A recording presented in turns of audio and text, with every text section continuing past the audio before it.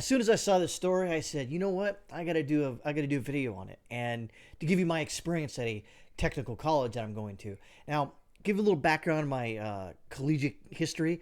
I have a master's in history from a school in Florida. There you go. And now I'm going for a welding degree, like an AA essentially. And I don't really necessarily need it, but I'm doing it just to get out of the house. I still have GI Bill money. Even after I'm done with this, I'm still gonna have GI Bill money. I might go get a, I don't know, auto mechanics degree. Who knows? Maybe, maybe not. Probably not. But when I go to these classes for welding, and some of the core curriculum they require, even though I gave them all my transcripts, and they're like, well, I know you got a master's, but guess what? You still got to take basic English. Let me tell you, the professor there's pretty cool. I told her, like, hey, look, I got a master's. She's like, well, then what are you doing here? And I'm like, oh, I don't know. Anyways, a lot of these classes I'm going to, no one's political at all. No one. Now you can tell just by their hair color, maybe perhaps you could say that they may be left of center, but they don't talk about it. They're just in there just to do their thing, and as soon as they leave school, they go to work or they go home to take care of their kids or something like that.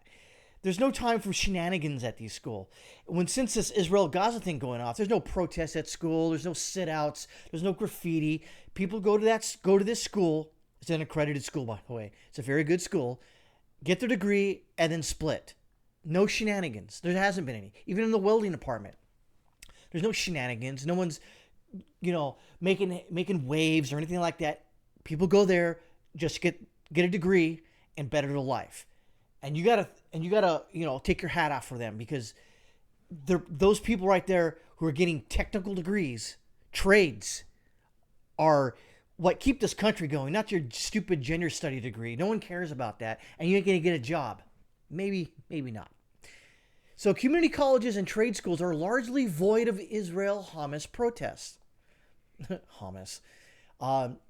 So TV host Mike Rose said that 8 years ago, he was switching the news channels on his TV and saw the several college students setting fire to the American flag, which would not happen at this trade school, by the way, and dance around a pile of burning flags. They were telling reporters in their interviews that they were disgusted with Old Glory and fearful of the flag. Oh, God. It wasn't lost on me, according to Mike Rowe here, in the moment that all these events were happening at what is considered the best of the best elite universities across the country. Among supposedly non-elite students, though, the situation wasn't and isn't as bad. Rose said it didn't take long for him to figure out why those elite students drew those conclusions about Old Glory. The idea of associating fear with the flag from the very people who were supposed to be instructing these privileged students.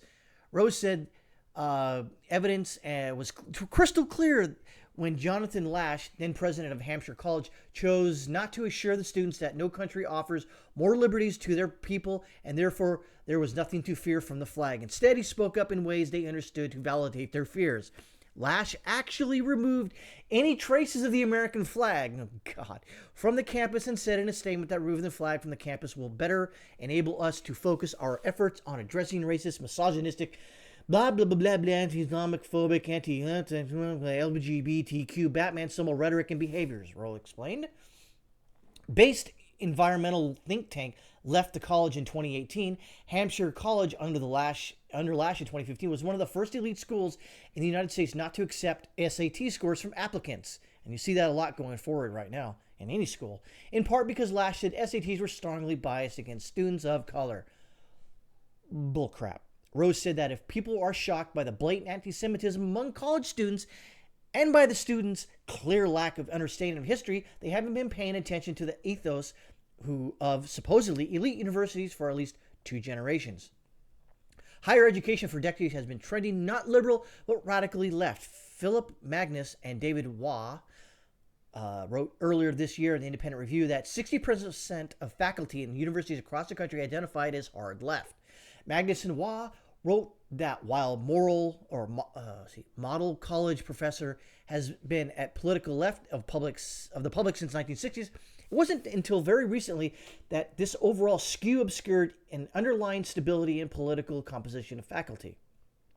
Their data showed it was in 2001 that faculty majorities went from liberal to hard left and now are nearing a super majority in the academic world, if it's not already happened by now.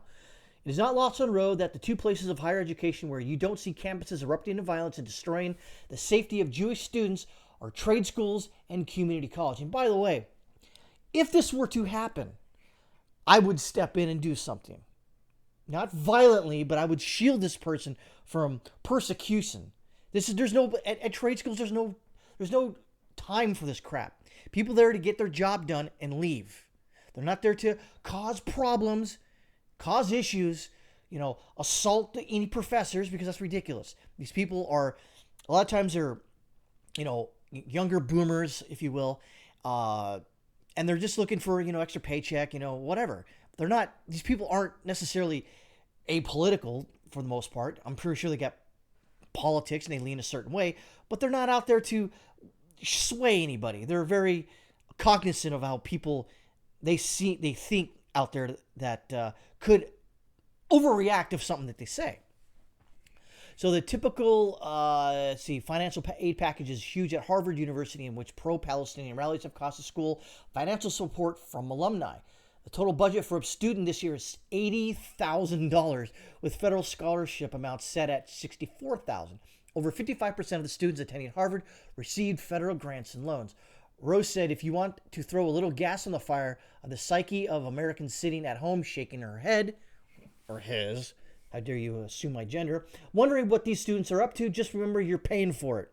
The Department of Education tallies showed that there are nearly 4,000 colleges and universities across the country with 40% of their students holding some type of job while attending school. In contrast, there are a little over 1,000 community colleges and 7,407 trade and technical schools as of 2022, with 80% of those students employed while attending school in the former. Exactly. Because like I said before, there's people out there that are doing the job and they're going to school, trying to get a better job, maybe, perhaps, trying to better themselves. There's no time for this protesting crap. Maybe they do it on their off time, but they don't do it at school. And the whole year and a half I've been to this technical college, I have not seen anything. I've seen an email, hey, there's a protest on the quad. Nope, nothing. There's nothing like that. And I'm not saying they can't do it. You just don't see it. Finally, Rose said that when protests at an elite university started to unfold after October 7th massacre, he wondered what seemed so familiar. Quoting from Mike Rowe, and that answer isn't because it's familiar in terms of bad behavior. It was familiar because it's another thing that never happens at schools where people go to learn a skill. And there you go, folks. That's exactly what I'm saying. When you don't have time for shenanigans, you don't protest. When you're taking care of kids or when you're trying to better yourself to get a better job, you have no time to be pulling this nonsense. It's ridiculous.